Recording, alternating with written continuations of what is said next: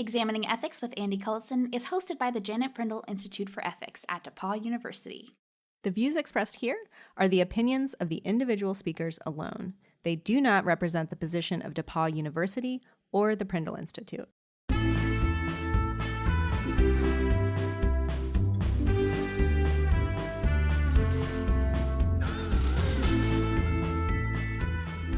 Hi, I'm Christian Weishart. And I'm Sandra Burton. Welcome to our annual New Year's resolution show. First time ever, though. First annual New Year's resolution show. We resolve to do this kind of show every year. Today, we're going to be letting you in on a conversation that we had with Andy about our ethical New Year's resolutions. And you know what? We would really like to hear from you guys. Do you make resolutions? Do you make ethical kinds of New Year's resolutions? If you do, go ahead and email us a voice memo to examiningethics@gmail.com. That's examiningethics@gmail.com. We can't wait to hear from you. Let's get into it. Let's do it.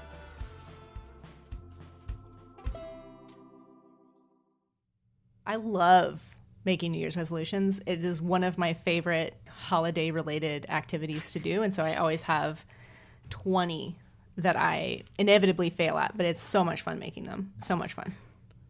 You sound really excited about resolutions. I am always amped about resolutions.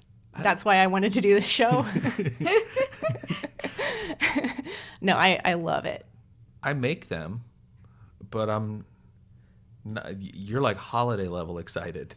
Like you're like Christmas present level excited about resolutions. I'm much more excited about Christmas presents than resolutions. But yeah, I mean, I make them. That's about all I can say. I feel like I've grown to love them more as like I've started to understand myself better, you know? Like I used to just make ridiculous goals that I could never reach, you know? And so now I feel much more able to make goals that are actually possible and relevant to my life. So yeah, I feel like last year was the first time I made a resolution that was possible to keep. I didn't like really keep it 100%. But that was mostly because my ideas of what I wanted out of my year changed. I think that's a good way of going about resolutions, because that's what all of the like life coachy gurus say, is to make resolutions that are doable, make resolutions that you can probably keep them within scale. But I don't pay attention to any of that because I love the act of making resolutions, because I think it's important to like imagine a better self for myself. And so that's what the exercise is about for me. But on today's show, it's not going to be about that. We are all going to be talking about resolutions that we're going to really try to keep, and we're going to say them out loud so that we can try to keep them. But these resolutions aren't personal, like I want to lose some weight or I want to journal every day kind of resolutions. They're ethical New Year's resolutions. So New Year's resolutions that we're doing to try to do good. So who wants to go first? I'll go first. So mine has a theme. So my theme is to become more aware of like non-binary folks and like opening up my mind to things outside of the gender binary of just like female or male or woman and man. I realize that this has been a problem for me because I've been going to like allyship trainings for LGBTQ folks, and I've realized in my quest of acceptance and like being the best ally, I've just left out a huge portion of people who don't identify with gender binaries. And so I realized how hard that is for me to understand. And so I'm going to tackle that with my New Year's resolutions. So my 2 New Year's resolutions are, 1, I'm going to put my pronouns in my email signature, which I know, Christian, you do already. So I'm going to copy you on that.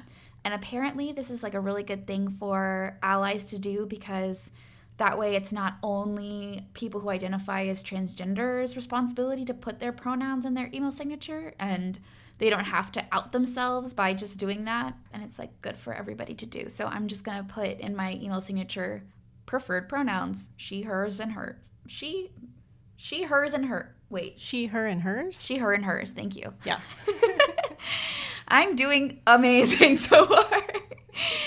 And then the other thing, you guys might have seen it if you've come to my office. I put up an implicit bias prevention wall, which is I put up pictures of all of these awesome people who identify as like non-binary folk, like activists in that community. I put pictures of them on my wall because it's actually shown that if you know you have a bias towards a certain group, then putting pictures of people of that group, especially successful people from that group, up in somewhere you can see them every day, actually helps to reduce the amount of implicit bias that you have towards them. So I'm just like getting more used to seeing people who are clearly not ascribing to an obvious gender stereotype. And so I think it's already helping. And I think maybe if I just like magically erase all my implicit bias with this, like I'm going to keep going and like change the photos throughout the year to like focus on the groups that I feel like I need to work on like my implicit bias with. Language and using gendered pronouns is one of the most kind of ingrained things in the way that we speak. And so it's when you're challenged to speak in another way, it's really difficult. Yeah, it's super hard. What I've noticed in the media and stuff, it's a lot easier for people, including myself, to accept transgender folks who have like completely made a transition, because then you're like, okay, cool. That person is identifying as a woman, and thus I will call her a woman. That's easy, because we get to keep our categories. And something that's good about this is that it kind of puts out into the open my implicit bias wall. It puts out into the open that we all have implicit bias. And I think like when I told my fiance that I had done an implicit bias prevention wall, he was like, "Are you embarrassed to put up there like what your biases are?" And I was just like, ooh, a little bit, but it is awkward saying like this group is a group I am prejudiced against. Yeah, that's super awkward. But it's also, I also just feel confident that most people also have these biases, so I'm not stressed out too much about it. But I don't know, I think it's a good thing to accept that we all have these biases and we should stop pretending to be perfect beings. And I think maybe if you have an implicit bias prevention wall, then maybe someone else would feel brave enough to admit their biases.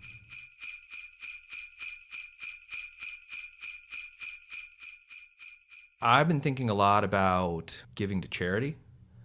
I find this argument that this guy Peter Singer gives about our obligations to sacrifice luxury money to donate to charity pretty compelling. Tithing.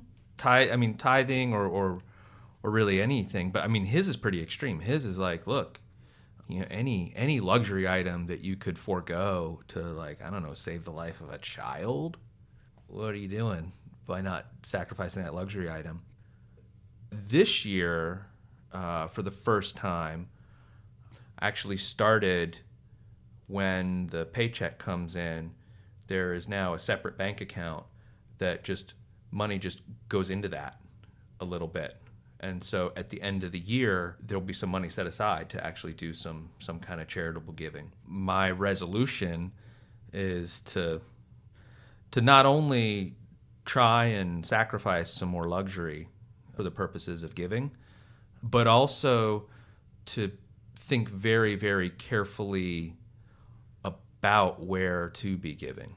Not just setting aside money to give, but being much, much more intentional about, what causes am I giving to, and is it really impacting them? There's this one charity called GiveWell, where what you're actually donating to is a charity that actually researches all the charities and tries to make an assessment about where resources would best be spent. I have a question about Peter Singer, though. Okay. His whole thing is like, when you spend $500 on a luxury handbag instead of whatever could just do the job, that's $500 that you're literally not giving to a child who is dying. I find that argument very compelling, and it seems, I can't argue against that, but like, where's the line? You know what I mean? Like, how do you personally draw the line? Right. Well, so far I haven't, because I still go out and I get luxury items. I'm one of my resolutions is to start kind of like pushing that line. In the past, he has said things like, there are certain things you can do that seem like they might be luxury items. Like you could spend a lot of money to get a really good education, for example, because then you might increase your earning power. And if you invest that money into earning a lot of money, and then that's great. Now you can donate a lot more money. Even Singer will allow for the saving up of like a kind of build your own safety net kind of thing. So you're allowed to squirrel some away and things like that. But I don't think there is any real clear line. But here's the thing: like Singer will say, if you're not investing it into something that might turn around and eventually lead to some kind of saving more lives, then there's a good chance it's on the side of the line that you're not comfortable with. So like buying fancy work clothes actually might be okay because looking really good at work might get you a promotion, and then you could earn more money to save lives. Right, or spending money on, dental work because people with nice smiles tend to close deals more often. Yeah. Like that. I don't like this. Like it's super capitalistic trickle-down economics crap. Well, it's not trickle down. It's super trickle down because they're like you're allowed to like make more money and just like live the good life so that you can trickle down your dollars to charities. I thought trickle down was sort of you let the rich people keep their money, and then their money is just going to inevitably go into things that will indirectly benefit everybody else. So they'll create jobs, and then those people will get money via the jobs. This is more like, keep this money so that you can have a lot more to directly give later on. It's not a right. I mean, it's like a different sort of like, kind of trickle down. It's like a trickle down charity. It's more separate section. I mean, here's a simpler version of it that doesn't sound too trickle down-ish. Suppose you had $5, right? And you're making a decision on, I could give this $5 to this hungry person here right now.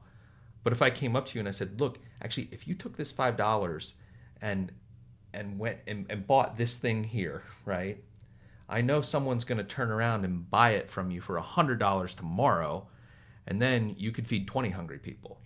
The part where I see parallels between trickle-down economics and this theory is that they're both arguing that, like, powerful people should be able to keep their money, right? Not that we're going to, like, wrest that money out of the hands of the powerful and give it to people who need it the most.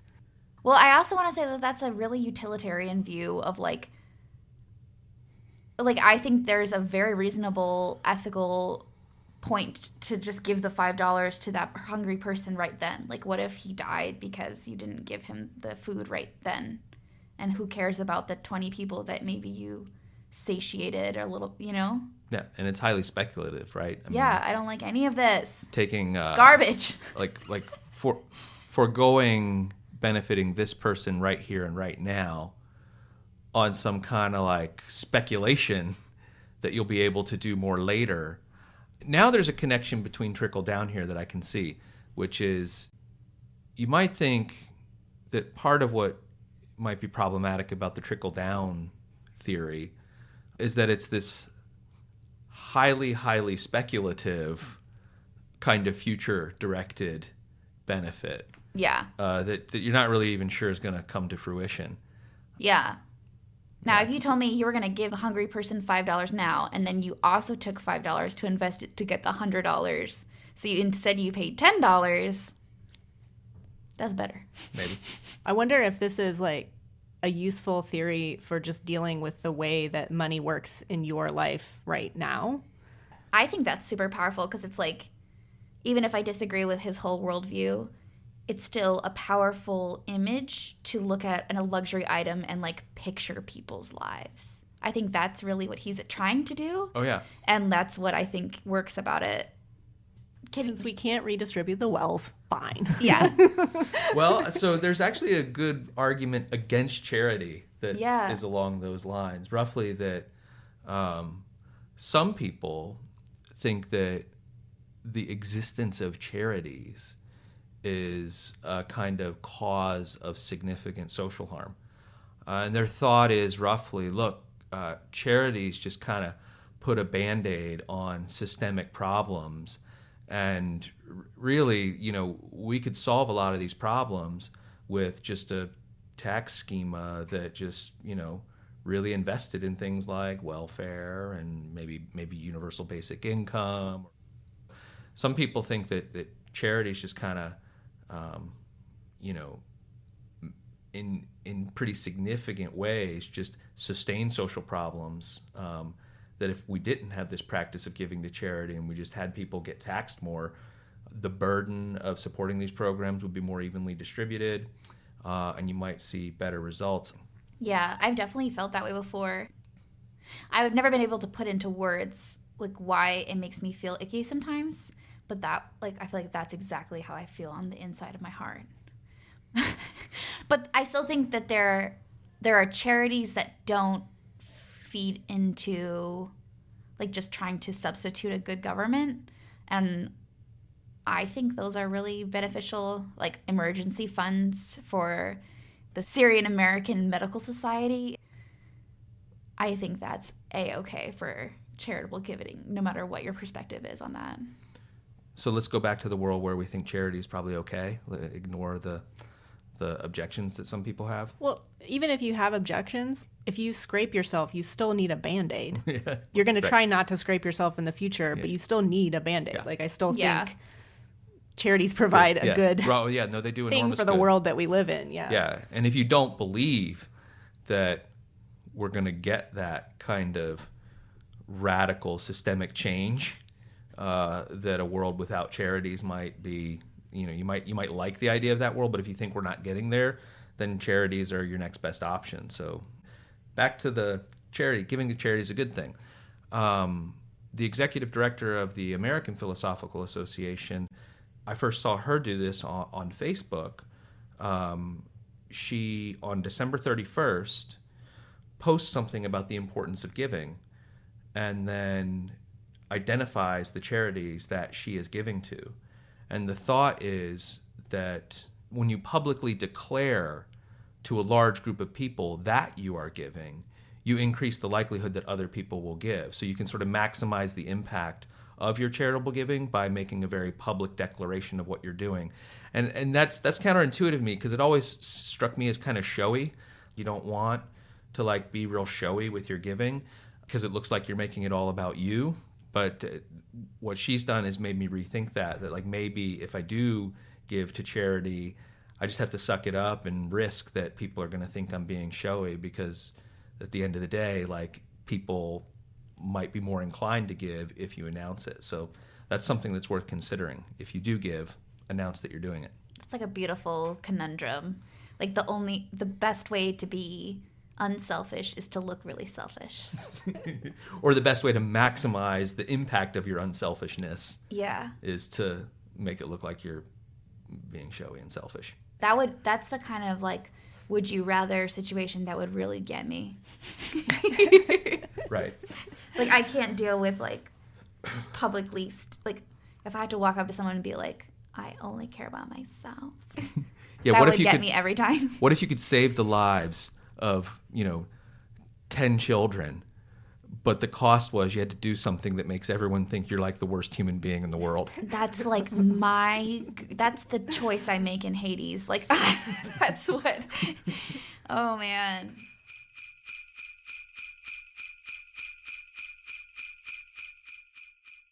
So I want to say, because I tend to think about things in a somewhat Marxist kind of way, not advocating that, nobody should think that, this is my own opinion, but I tend to think that systemic change makes the biggest impact, and I tend to think that you should be trying to build that world that doesn't need charities rather than depending on individual people to just give money to charities. That said, I still think it's important to fight for systemic change while also, making individual changes in my life. So one of the individual changes that I'm going to make that I'm not sure is going to have a huge impact, but I still want to do it, is to quit fast fashion. It's going to be so hard. So fast fashion is basically a kind of catch-all term for, it really kind of applies to the clothing and textile industry at large. It basically refers to ways of making clothes where the clothes themselves are really cheap, they're really cheaply produced, and the turnover in stores is really high. So whereas there used to be 2 fashion cycles, spring, summer, winter, fall, now there are, I think, 52 seasons. I'm sorry. Can I interrupt? What, 52 seasons? So there's some places like I think Zara is one of the companies that does this. I think H&M does this as well. Forever 21 does this too, where basically a pair of pants that you might buy one week is the next week out of style and off the shelves. So I just realized there's 52 weeks in the year. Right. So like your jeans are so first week of February. Exactly. No. Wait, so that's crazy. Like, obviously, like, we're not all going out and buying new clothes every week. However, I do buy clothes a lot more often than I used to, and that's because they are garbage. Like, they fall apart so easily because they're so cheap. And so I get into this cycle where I need a new dress and I'm panicking, and my only option is to go to some place like H&M or Forever 21, and I buy the dress and then it falls apart and then I need a new dress, and the cycle just continues. And so this is a problem, obviously, not only because it's just ridiculous, but it's also a problem because the fashion industry is, I think, the second largest polluter in the world behind big oil. And so, like, fast fashion is bad in all kinds of ways because the labor that is used to produce most fast fashion is kind of unethical across the board. It's a really dangerous industry to work in some countries. There's a lot of waste produced with fast fashion. So because the clothes are so cheap, a lot of people actually end up throwing their clothes away now instead of donating them because they've just like shredded in the washing machine. And that's actually contributing hugely to the production of greenhouse gases, because when they degrade, they degrade kind of like food in a landfill and produce greenhouse gases. And when they don't degrade, they just sit there for like 100 years. So in terms of trying to make a dent in climate change, which is something that I'm super worried about, this is what I'm going to do, which is to try to quit fast fashion. So that means for me, I'm only allowed to buy secondhand, which is your best option if you That's want to what I do. fight. Yeah, They come with me all the time. You can buy secondhand, which basically is the best route because you're not producing anything new. You're taking clothes off the shelves that might otherwise go to landfills. And then my second option for when I can't find anything via thrifting is to try to find the most ethical, sustainably produced clothes that I can. And the problem with both of these things is that they both take time, tons and tons of time. It takes a lot of time to find the things that you need in a thrift store, and it takes a lot of time to find the right company for the things that you need. So yeah, that's my New Year's resolution. Yeah, I think the whole fast fashion thing is an incredibly interesting issue. When you say find ethical companies, do you have any examples of companies that are doing interesting anti-fast fashion kinds of production?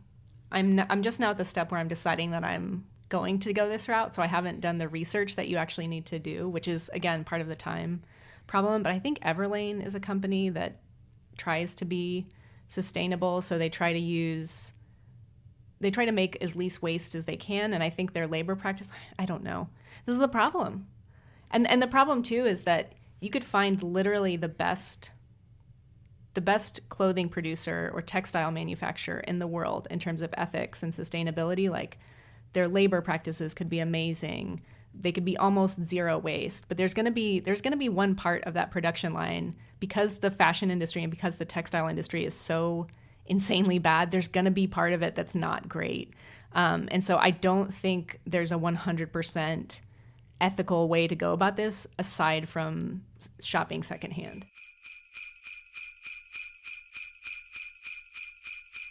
I feel like we all already do stuff. Then maybe it'd be helpful, like not like explain, but just to like give our listeners some ideas of like routes they could go down too. For example, I try really, really, really, really hard not to eat red meat because raising cattle is the biggest waste of water and like use of our resources in farming that there is. So like that contributes a lot to greenhouse gases and global warming and stuff. So I try really hard not to eat beef. Like maybe once a month I eat beef. I have one. Read articles and opinion pieces from publications that you think lean in a different direction than you politically. Absolutely. Well, as you... this is like that thing you were talking about with the charities where I'm just like, I feel uncomfortable saying this, like what I do. You do it, and you're proud. Go. Yeah. So one of the things that I did to try to force myself to be a more social person was to join what's called the SEED seminar, which is basically an anti-racism workshop that was created by Peggy McIntosh. Everybody meets once a month, and you have to go. Like you're only allowed one absence, and you absolutely have to go every month. And so for me, signing up for something where I have to go and where I'm held accountable, I think really helped me stay the course in terms of like being a part of this particular community that's doing social justice work. And so even if you don't necessarily have any kind of workshop like that where you are, I think it might be helpful to find something like that where you have to go like once a week or once a month or something where you're held accountable for your decision. Yeah, and like that really works for our personality types too. Like we like the rules. I like to be told what to do. We like where to show up. Having the threat of punishment held over us. Mm-hmm. Not everybody's like that though. No, for sure. Maybe, yeah, for all you listeners, find what works for your personality. Like, know yourself. Know thyself. That's a good guideline in general. Yeah, even if you don't take up any of our particular suggestions, which you definitely don't have to, yeah, it's good to figure out like, okay, what does it really take for me to change something about myself? Or like, what does it really take for me to maintain a commitment to some ideal that I have? Everybody always talks about identifying those things that you want to change about yourself. So like looking deep within to find who you're prejudiced against, or if there's a group, or if there's an issue you really care about, and then just latching on and figuring out, like you said, like what can you do about that this year? Absolutely. Yeah. Those are our resolutions. And we gave you some ideas for some of yours too. But this should by no means be taken as us saying from like the top, like down, this is what people should be doing, or like. This is not a evangelical movement of ethical New Year's resolutions. Yeah, we're not moral exemplars. No. At least I'm not. So, but we do want you to figure out your own maybe. Do whatever you want.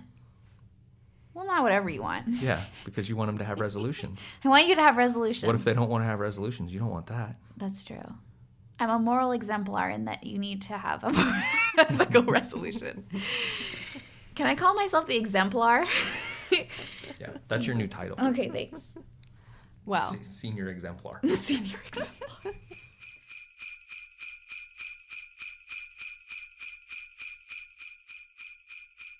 All right, folks, that was the last show of the year, and actually the last show of season 3. That's right. We're starting season 4 in the end of January. Not even taking a break between these seasons. Nope, not even a Christmas break. No. That's how committed we are to examining ethics. And if you're committed to examining ethics, tell your friends. Absolutely. Tell your lovers and friends and your folks and everybody that you know about Examining Ethics. Yes, word of mouth is the best way that people find out about our show. Yeah. So, It means you. a lot to us. We see some of you recommending us to your friends on Twitter, and it warms our little hearts. So just really appreciate it. We really would love to hear from you. So if you have an ethical New Year's resolution that you'd like to share with us, or if you just have a comment in general about examining ethics or anything that we've talked about these past 3 seasons, email us a voice memo. You can send that to examiningethics@gmail.com. That's examiningethics@gmail.com. We would love to hear what you have to say. And you can reach out to us also on Twitter. You can find us at Examining Ethics on Twitter. Did that make sense? Yeah, it did. Is that how you find people? Okay, thank you. Yeah. We're also on Facebook. You can find us there. If you have any questions about anything in the show, you can visit our show notes page. That's examiningethics.org. And you can also sign up for the newsletter there, which is always really fun. All right, well, until the last Wednesday of January, have a happy winter holiday. If you're celebrating a holiday right now, just have a great one. Have a great one. If you're not celebrating a holiday, I hope that you're surviving the winter. Yeah, I hope you stay warm and cozy. All right. Toodles. Goodbye.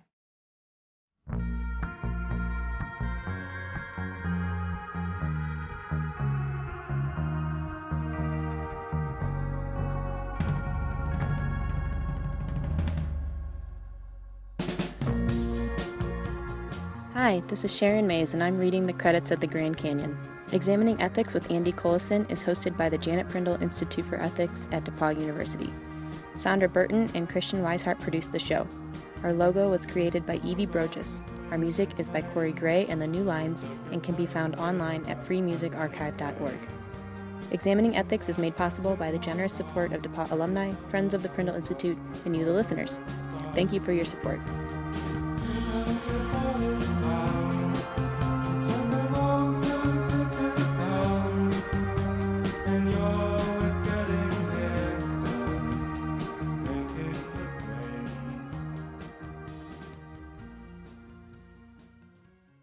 Maybe we should have an idea. check in later.